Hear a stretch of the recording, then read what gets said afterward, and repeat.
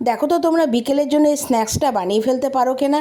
একটা বাটিতে একটা ছোট পেঁয়াজ কুচিয়ে নিলাম, তার মধ্যে দিয়ে দিলাম ধনেপাতা, তার মধ্যে দিয়ে দিলাম কাঁচা লঙ্কা, খানিকটা টমেটো আর একটা ডিম ফাটিয়ে দিয়ে দিলাম, একটু সামান্য নুন আর একটু চাট মশলা।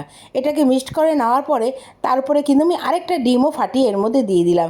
এরপরে কয়টা জিনিসকে ভালো মতন একটু মিশিয়ে নেব।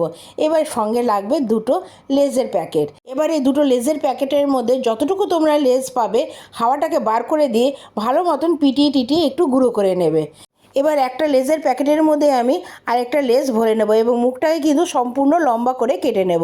লেজগুলোকে কিন্তু ভালো করে গুঁড়ো করে নিতে হবে। এরপরে দেখো আমি ওই লেজের মুখটাই কিন্তু একটু বড় করে কেটে নেওয়ার পরে ওই লেজের মধ্যে যে ডিমের মিশ্রণটা তৈরি করেছিলাম সেটা ওর মধ্যে ঢেলে ভালো মতন মিশিয়ে নেব। এটা করতে কিন্তু খুব একটা সময় লাগে না, বাচ্চাদের কিন্তু দারুণ লাগে খেতে।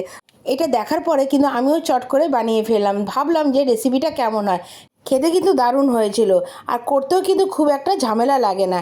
এবার মুখটাকে কিন্তু আমি স্ট্যাপলার দিয়ে ভালো মতন আটকে দিয়েছিলাম যাতে ডিমের মিশ্রণটা লেজের প্যাকেট থেকে বেরিয়ে না আসে। আর কোনো সমস্যাই নেই। এরপরে কড়াইতে খানিকটা জল দিয়ে আমি এই লেজের প্যাকেটটাকে একটু ভাপে বসিয়ে দিয়েছিলাম। ব্যাস, বেশ খানিকক্ষণ সময়ের মধ্যে কিন্তু আমার এই ডিম ভাপাটা একদম রেডি। বুঝতেই পারছো এই স্ন্যাক্সটা করতে কিন্তু খুব একটা ঝামেলা আর খুব একটা সময়ও লাগে না। এবার যেহেতু এটা ডিম, এটা করতে কিন্তু খুব একটা টাইম লাগেনি। 15 থেকে 20 মিনিটের মধ্যেই কিন্তু এটা শক্ত হয়ে গেছিলো। এরপরে কিন্তু আমি মুখটাকে ভালো মতন আটকে দিয়ে জলের মধ্যে বসিয়ে কড়াইটাকে একটা ঢাকনি দিয়ে আটকে দিয়েছিলাম যাতে লেজের প্যাকেটটা জলের মধ্যে পড়ে না যায়। এরপরে দেখো 10 থেকে 15 মিনিটের মধ্যে কিন্তু আমার এই রেসিপিটা রেডি। বাড়িতে যদি বাচ্চা থাকে তাহলে অবশ্যই কিন্তু চট করে এই রেসিপিটা একবার তৈরি করে ফেলো আর আমাকে কমেন্টস করে জানিও যে এটা খেতে কেমন হলো।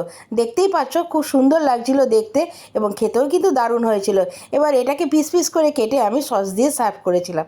আমার রেসিপিটা যদি ভালো লেগে থাকে তাহলে অবশ্যই কিন্তু একটা লাইক, কমেন্টস আর শেয়ার করে দিও আর আমার চ্যানেলটা কিন্তু অবশ্যই সাবস্ক্রাইব করে দিও। তোমরা কিন্তু আমাকে কমেন্টস করতে ভুলে যেও না, আমি কিন্তু তোমাদের কমেন্টসের অপেক্ষায় থাকি। আশা করি তোমরা অবশ্যই আমার পাশে থাকবে। আমি নতুন নতুন রেসিপি অবশ্যই তোমাদের সাথে শেয়ার করব। তোমরা যাতে খুব কম সময় এবং অল্প উপকরণ দিয়ে রেসিপিগুলো তৈরি করতে পারো সেই চেষ্টাই আমি করব। আবার দেখা হবে। তোমরা ভালো থাকো। এখনের জন্য টাটা।